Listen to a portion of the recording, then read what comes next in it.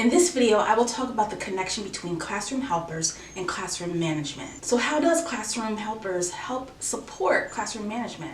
You'll find out in a few. And stick around to the end where I will give you some tips to help you implement classroom helpers, as well as some considerations to think about before you do. Stay tuned. Hi, welcome back to the channel. Before we get started, I just want to let you know that there is a first year preschool teacher starter pack that is waiting for you in the description of this video. So go ahead and pick that up if you are a new teacher and you just want to know, how do I start? Go ahead and grab that. So classroom helper jobs are so much more than just giving your kids something to do. They can actually support you in managing your classroom effectively. Classroom helpers foster a sense of responsibility, community, and active participation in the classroom environment. Students begin to understand that their contributions to the classroom are valuable and they have an important role to play in the whole functioning of the classroom. They develop a sense of ownership and accountability for their actions. They also learn new skills and gain confidence. Basically, your students will recognize that they are part of a team and that their efforts contribute to the overall well-being of the classroom. So they begin to feel valued and appreciated as well as connected. Not only that, but they begin to also feel supported and encouraged by their peers when they are actively involved in assisting with classroom tasks. And there's so many other reasons for you to do classroom helper jobs, but I think you get the idea. Implementing a classroom helper system has benefits, and I will try to touch on ones that actually impact the classroom management. So one of the benefits is to help streamline your classroom management, because when you delegate tasks like line leader or table cleaner, for instance, you're delegating the responsibilities so that you can maintain order, and it also ensures that there's like a smooth transition between like activities and things like that. This actually promotes efficiency, and it also helps reduce disruptions in the classroom. So another benefit, which I touched on a little bit when I talked about why you should implement them, but another benefit is that sense of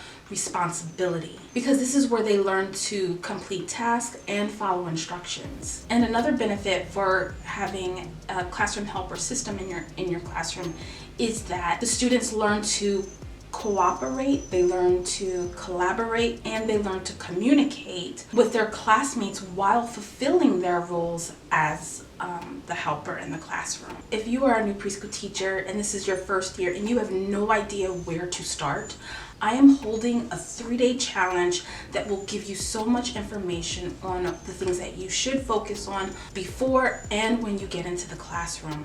So you can join that challenge and come away with having some of your systems already done. You'll leave with some templates, some resources, some tools that you can take into your classroom.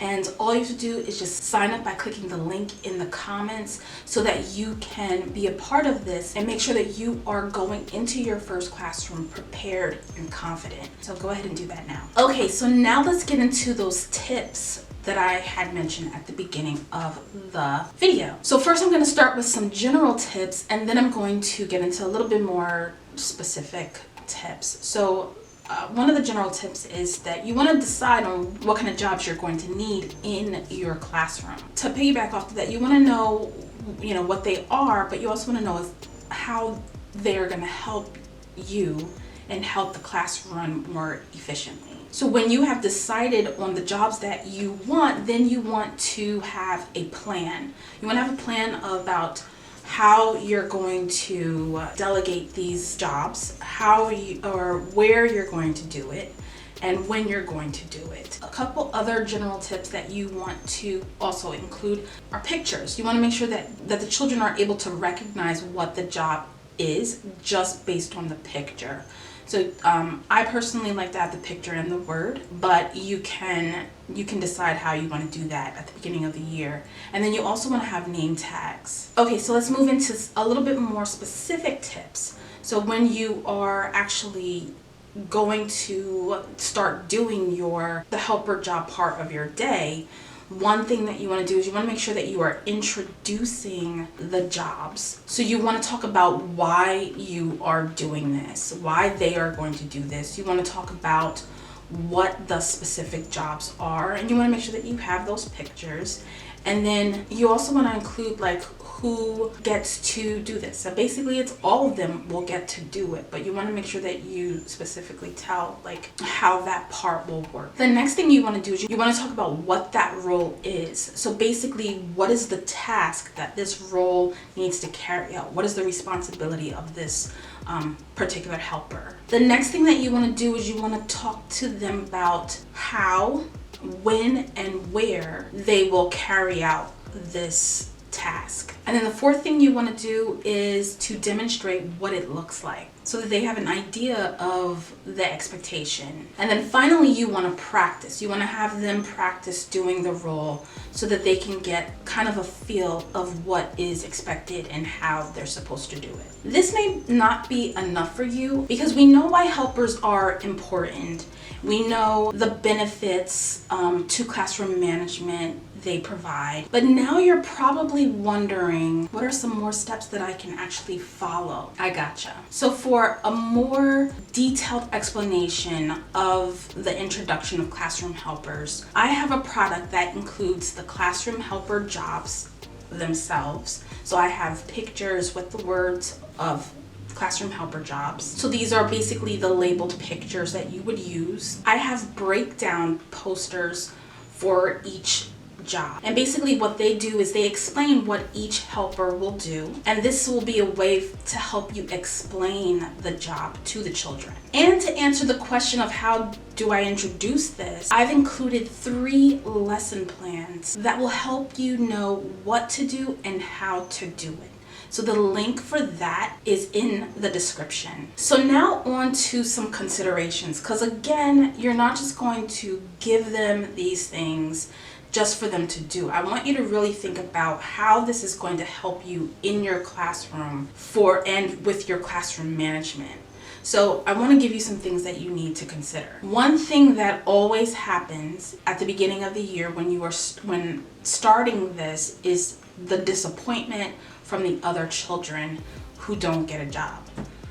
So the one thing that you want to do is you want to make sure that you explain to them before you start giving out the jobs, before that happens, you want to make sure that you explain what happens if they don't get a job that particular day. So just letting them know that not everyone is going to get a job that day, but the next day, those who didn't get a job will get a job. Make sure that that is clear, because you don't want to give these things out or let the children pick a job and then the other ones are like, well, what about us? Have that as part of your plan to explain like what happens if they don't get a job. Another thing you want to do is you want to consider, do you want this to be a weekly kind of assignment, or do you want to give them out daily? For the age group that we're talking about here, especially the younger you go, I would personally do it daily, just because you want to make sure that the children don't have to wait that long to get a turn. Another thing that you want to think about is, how are you going to pick the helpers? Are you going to pick names out of a hat? Are you going to just ask them what it is they want to do? Like, how are you going to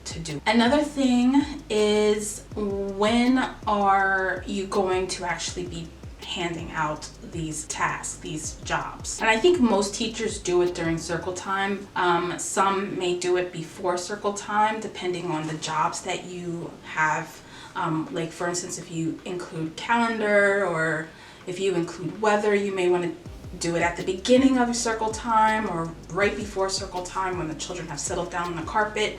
It's up to you, and you can try it out in different parts of that period of time just to see which one works better, which one is more smoother and efficient. And another thing you want to consider, how can the children keep the job? Make sure that this is explained during the introduction. How can they keep the job? So you want to make sure that you are telling them, that they need to fulfill the task And they will be reminded, because they're not going to always remember, and make sure that that is clear. Like, how can they keep the job? Because it's not going to help you or the classroom out if you're just passing out these jobs and no one is doing them. Make sure that they know how important the job is and how important it is for them to carry it out and to complete the job every single time it needs to be done during the day. So in this video, we found out a lot about classroom helper jobs, how they foster responsibility, community, and active participation. We discussed the benefits of having a classroom helper job system in your classroom. You got some tips and some considerations to think about before you start implementing your system. And don't forget to sign up for those great bonuses: the first year preschool teacher starter pack, the first year preschool teacher jumpstart challenge, which is in the comments, and the classroom helper job product that is listed in the description. Thank you so much for sticking around, and I will see you soon. Bye.